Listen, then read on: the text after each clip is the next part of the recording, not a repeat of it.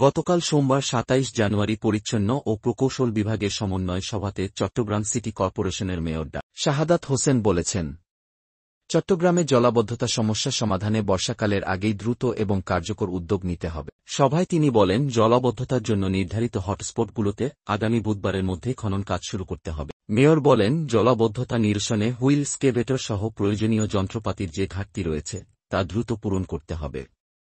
আমরা ইতোমধ্যে ৫ কোটি টাকা ব্যয়ে ২টি ব্যাকহো লোডার গাড়ি সংগ্রহ করেছি।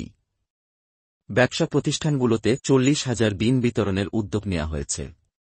আমি ওয়ার্ডগুলোতে নিয়মিত মনিটরিং করছি। প্রতিটি আঞ্চলিক নির্বাহী কর্মকর্তাকে নালা পরিষ্কারের জন্য ২০ জন করে পরিচ্ছন্ন কর্মী বরাদ্দ দেওয়ার সিদ্ধান্ত গৃহীত হয় সভায়।